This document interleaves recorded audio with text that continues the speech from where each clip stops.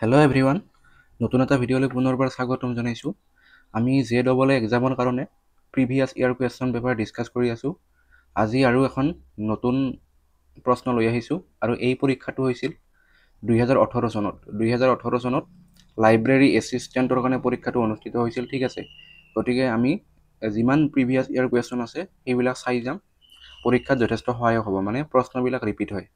আমি প্ৰথমতে জিকে পাৰ্টটো শেষ কৰি ল'ম। গতিকে আমিও আজি ইয়াত জিকেখিনি চাম প্ৰথমতে, ঠিক আছে।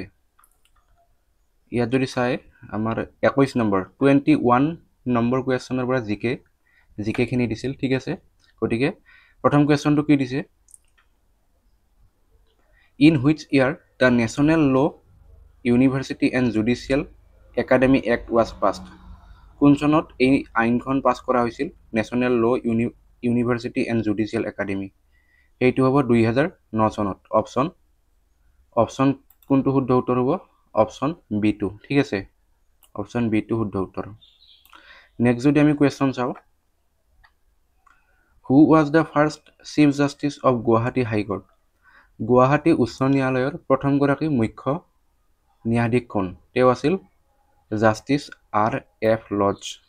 আৰু যদি আমাক সোধে প্ৰথম অসমীয়া মুখ্য ন্যায়াধীশ, তেতিয়াহ'লে হ'ব হলিৰাম ডেকা। অসমীয়া বুলি সুধিলে হলিৰাম ডেকা হ'ব। Next 23 number question 23, on which date high court of Assam was established? Guwahati হাইকোৰ্টক আগতে হাইকোৰ্ট অফ আছাম বুলিও কোৱা হৈছিল, ঠিক আছে। হাইকোৰ্ট অফ আছাম বুলি কোৱা হৈছিল, গতিকে গুৱাহাটী হাইকোৰ্টৰ কথাই সুধিছে ইয়াত। সেইটো প্ৰতিষ্ঠা হৈছিল 5 এপ্ৰিল 1948। অপশ্যন D2 শুদ্ধ উত্তৰ। Which library management software is used by the Guwahati high court library? 24ৰ কাৰণে শুদ্ধ উত্তৰ কি হ'ব? অপশ্যন D2 হ'ব Koha software. Option D2 Koha software. Who is the present director of judicial academy Assam? ইয়াত যদি এই প্ৰশ্নটো চাই বৰ্তমান এই অপশ্যনকেইটা নিমিলিব। বৰ্তমানতটো যদি সোধে তেতিয়াহ'লে কি হ'ব? তেওঁ হ'ব মীৰ আলফাজ আলী। মীৰ আলফাজ আলী হৈছে বৰ্তমান ডিৰেক্টৰ জুডিচিয়েল একাডেমি অসমৰ, ঠিক আছে। Next 26 number question, who is the current president of Bangladesh? বাংলাদেশৰ প্ৰেচিডেণ্টটো সুধিছে। বৰ্তমানটো এডভাইজাৰ হৈ আছে। বৰ্তমানটো আমি জানিব লাগে, এইবিলাক চাই লাভ নাই বৰ্তমানৰ, মানে এইবিলাক বৰ্তমান নিমিলে এই অপশ্যনবিলাক। বৰ্তমানৰ হ'ব মহম্মদ ইউনাছ। মহম্মদ ইউনাছ হৈছে বৰ্তমানৰ বাংলাদেশৰ এডভাইজাৰ, গম পাইছে। কেইদিনমান আগতে গমেই পাইছিল বাংলাদেশৰ ক্ৰাইচিছ চলি আছিল আৰু তাৰ বাবে মহম্মদ ইউনাছে বৰ্তমান শাসন চলাই আছে। 27 number question, who is the prime minister of the United kingdom? বৰ্তমানৰ ইউনাইটেড কিংডমৰ প্ৰাইম মিনিষ্টাৰ চালে হ'ব, এইবিলাক অপশ্যন চাই লাভ নাই। বৰ্তমানৰ হৈছে কেইৰ ষ্টাৰমেৰ, ঠিক আছে। Keir Starmer. Who was declared as best FIFA men's player for the year 2018? এতিয়া 2018টো আমি চালে নহ'ব, বৰ্তমান চাব লাগিব 2024-25 চনৰ ফিফা মেন্স প্লেয়াৰৰ বেষ্ট মানে প্লেয়াৰটো চাব লাগিব, গম পাইছে। বৰ্তমানৰ বেষ্ট প্লেয়াৰ হৈছে তেওঁ কোন? তেওঁ হৈছে ভিনিচিয়াছ জুনিয়ৰ। বৰ্তমান হ'ব Vinicius Junior. Who won the gold medal in men's javelin throw' in Asian Games 2018? কোনে পাইছিল গ'ল্ড মেডেল? পাইছিল জেভলিন থ্ৰ'ত এছিয়ান গেমছত। 2018 চনৰ যিটো এছিয়ান গেমছ হৈছিল, তেওঁ হ'ব কোন? অপশ্যন B2 হ'ব নীৰজ চোপ্ৰা, ঠিক আছে। নীৰজ চোপ্ৰা হ'ব, Neeraj Chopra. Next 30 number question, who won the gold medal in women's heptathlon in Asian Games 2018? যিটো ওমেন্স হেপ্টেথলন হয় তাত গ'ল্ড মেডেল কোনে পাইছিল 2018ত? তেওঁ পাইছিল স্বপ্না বৰ্মন। স্বপ্না বৰ্মন। অপশ্যন D2 শুদ্ধ উত্তৰ, Swapna Barman. Next 31 number question, who is the author of diary of a young girl? Diary of a young girl, এই কিতাপখনৰ ৰচক কোন? তেওঁ হৈছে আন্নে ফ্ৰেংক। অপশ্যন D2 শুদ্ধ উত্তৰ, Anne Frank. How many teams are there in Indian super league 2018-19? এতিয়া 2018-19টো চালে আমি নহ'ব, বৰ্তমানতো চাব লাগিব। 2024-25ৰ ISLত কিমানটা টিম আছিল? বৰ্তমানৰ যিটো কাৰেণ্ট ৰিচেণ্ট হৈ গৈছে তাত 13টা টিম আছে, 13টা টিম, হয়নে? 13টা আছিল 13টা ঠিক আছে নেক্সট আমি 33 নম্বৰ কোৱেশ্চন চাওঁ where the Himalayan Mountaineering Institute is located situated Himalayan Mountaineering Institute ক'ত আছে দাৰ্জিলিঙত আছে হা Himalayan Mountaineering Institute দাৰ্জিলিঙত আছে next 34 on which date Justice Ranjan Gogoi will be sworn in as the next Chief Justice of India ইয়াত সুধিছিল আমাক মানে কেতিয়া স্মৰণ কৰিব বুলি সুধিছিল গতিকে জানি থলে ভাল 3 অক্টোবৰত তেওঁ আমাৰ যিখন ভাৰতৰ উচ্চতম ন্যায়ালয় আছে তাৰ মুখ্য ন্যায়াধীশ হিচাপে শপত গ্ৰহণ কৰিছিল আৰু তেওঁ ভাৰতৰ 46 সংখ্যক 46 সংখ্যক কি আছিল চিফ জাষ্টিস আছিল হয়নে নেক্সট যদি আমি 35 নম্বৰ কোৱেশ্চন চাওঁ What is the age of retirement of the judges of the Supreme Court of India?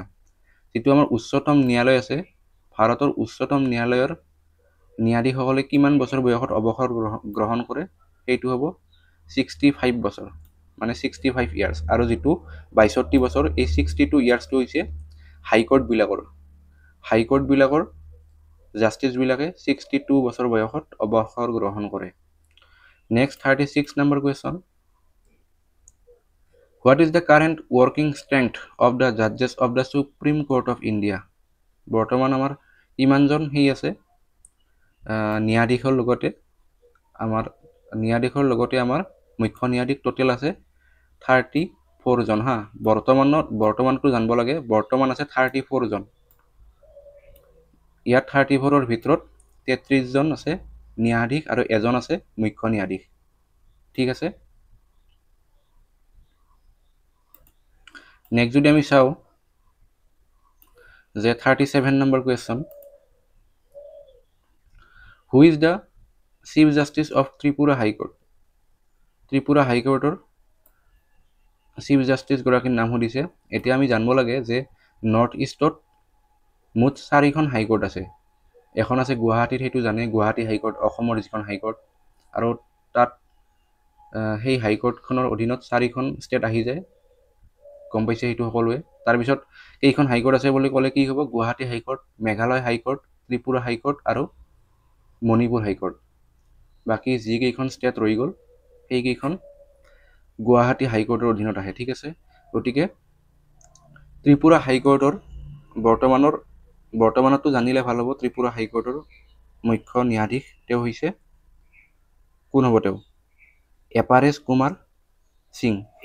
Kumar Singh ঠিক আছে এটো গুগল কৰি চাই লব ভালকে নামটো মনত ৰব তেতিয়া next 38 number question What is the name of the child actor who played the role of Dhonu in the movie Village Rockstar তেতিয়া Village Rockstar ছবিখন নিউজৰ আছিল সেই কাৰণে এই প্ৰশ্নটো সুধিছে গতিকে আপোনালোকে গম পাইছে কি জানি বহুত কাৰেন্ট এফেয়াৰ্স পুৰা দেখা যায় এই বিশেষ পৰীক্ষাটোত গতিকে এই যেটো ধনুৰ চৰিত্ৰত কোনে অভিনয় কৰিছিল ভিলেজ ৰকষ্টাৰ ছবিখনত তেওঁ হৈছে Bhanita Das option A two শুদ্ধ উত্তৰ Bhanita Das next 39 number question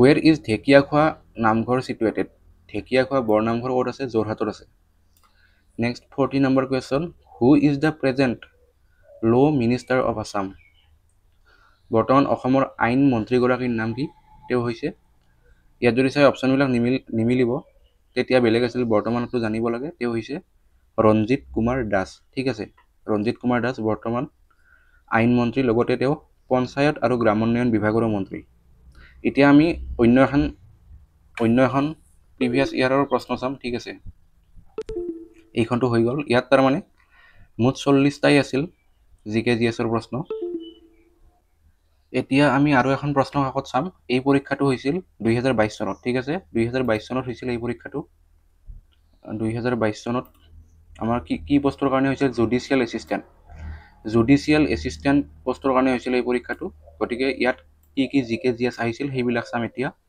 প্ৰথম কোৱেশ্চনটো চাও ইয়াত কি দিয়া আছে প্ৰথম কোৱেশ্চনটো আমাৰ জিকে জিএস কিনি ইয়াতটো এখন এসে লিখিব দিছিল এইটোটো আমি বৰ্তমান নাচাও জিকে খিনি চাও Who was the first Assamese Chief Justice of the Guwahati High Court?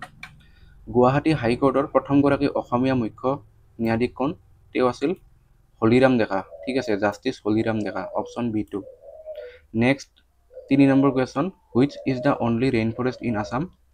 অসমৰ একমাত্ৰ বৰ্ষাৰণ্যখনৰ নাম কি? সেইখন হৈছে চি দিহিং পাটকাই, আৰু দিহিং পাটকাই ডিব্ৰুগড়ত আছে। Who is known as সুগন্ধি পখিলাৰ কবি? সুগন্ধি পখিলাৰ কবি বুলিলে কোনগৰাকী ব্যক্তিক জনা যায়? তেওঁ হৈছে Hiren Bhattacharya. Next 5 number question, which is the smallest river island in the world? বিশ্বৰ আটাইতকৈ সৰু নদী দ্বীপটো কি? এইটো হৈছে কি হ'ব? অপশ্যন ডি2 হ'ব Umananda. Next 6 number question, which is the highest civilian award of Assam? অসমৰ আটাইতকৈ সৰ্বোচ্চ অসামৰিক বঁটাটো কি? সেইটো হৈছে অসম বৈভৱ বঁটা, আৰু অসম বৈভৱ বঁটা 2024 দিয়া হৈছে ৰাণা প্ৰতাপ কলিতাক। ঠিক আছে, তেওঁ latest winner Rana Pratap Kalita. Who was the founder of the Ahom kingdom? Ahom সাম্ৰাজ্য কোনে প্ৰতিষ্ঠা কৰিছিল? চুকাফাই প্ৰতিষ্ঠা কৰিছিল। চুকাফা, অপশ্যন চিটো শুদ্ধ উত্তৰ। নেক্সট 8 নম্বৰ কুৱেশ্যনটো যদি চাওঁ, who is the first Assamese to win an Olympic medal? প্ৰথম অলিম্পিক বঁটা লাভ কৰা প্ৰথম অসমীয়া কোন? তেওঁ হৈছে লাভলীনা বৰগোহাঁই, অপশ্যন চিটো। নেক্সট 9 নম্বৰ কুৱেশ্যনটো যদি চাওঁ, 9 নম্বৰ কুৱেশ্যন কি দিয়া আছে? Which law' officer shall have the right to speak in both the houses of parliament? ইয়াৰ কাৰণে শুদ্ধ উত্তৰ হ'ব attorney general of India. Attorney general, তেওঁৰ দুয়োখন পাৰ্লিয়ামেণ্টতে কথা কোৱাৰ অধিকাৰ আছে। ঠিক আছে, আইন বিষয়ক যিবিলাক কথা তেওঁ ক'ব। Next 10 number question, which article of the Constitution of India provides that there shall be a high court for each state? ইয়াৰ কাৰণে শুদ্ধ উত্তৰ হ'ব আৰ্টিকল 214। আৰ্টিকল 214 এই অনুচ্ছেদটোত কোৱা হৈছে যে প্ৰত্যেকখন ৰাজ্যতে এখন হাইকোৰ্ট থাকিব লাগে। Next 11 number question, who is the present chief justice of India? ভাৰতৰ বৰ্তমানৰ মুখ্য ন্যায়াধীশ কোন উচ্চতম ন্যায়ালয়ৰ? তেওঁ হৈছে, ইয়াতো অপশ্যনবিলাক চালে নিমিলিব, এইবিলাক নহয় বৰ্তমান হৈছে ভূষণ ৰামকৃষ্ণ গাভাই, BR গাভাই। তেওঁ 52nd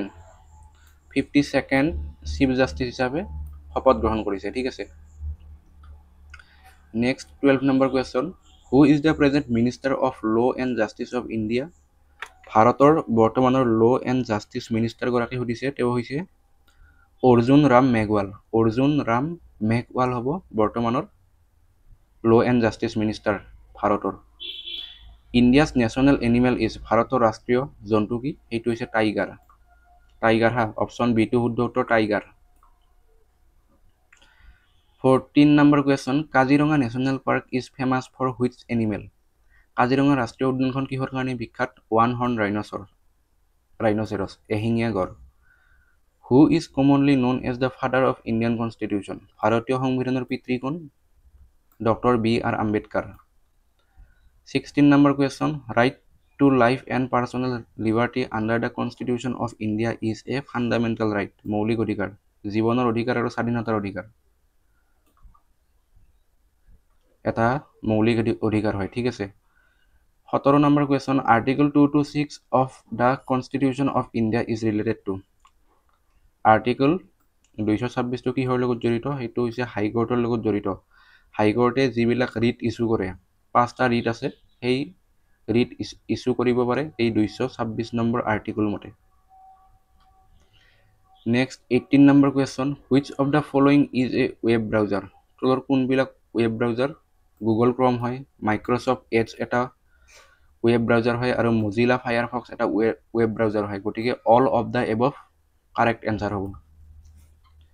তাৰপিছত 19 number question, while working on MS Word, which among the following is the command for undo? আনডুৰ কাৰণে কোনটো হ'ব শ্বৰ্টকাট কি? সেইটো হৈছে Ctrl+Z। Ctrl+Z যদি মানে কীবৰ্ডত টাইপ কৰি দিয়ে তেনেহ'লে আনডু হয়। Next 20 number question, in a computer which unit is responsible for processing data and is also' called the electronic brain of computer? এই প্ৰশ্নটো কালিও কৈছিলোঁ। কম্পিউটাৰৰ মগজু বুলি কাক কোৱা হয়? CPU, central processing unit, option C2। Next 21 number question, the river Ganga flows to. Ganga নদীখনে ক'ত যাই পৰে? সেইটো হৈছে বে অফ বেংগল। ঠিক আছে, আমাৰ ভাৰতৰ পূবফালে বে অফ বেংগল আছে, তাত গৈ গংগা নদীখনে ডিছচাৰ্জ কৰে। ঠিক আছে, নেক্সট এইবিলাক ৰিজনিঙৰ কুৱেশ্যন। ৰিজনিংখিনি আমি এটা বেলেগ প্লে'লিষ্ট কৰি চাম, গতিকে জিকেখিনি চাই আছোঁ বৰ্তমান। গতিকে আজিলৈকে এইখিনিয়ে আছিল 2খন কুৱেশ্যন পেপাৰ আজিও আনিছিলোঁ। গতিকে ধন্যবাদ।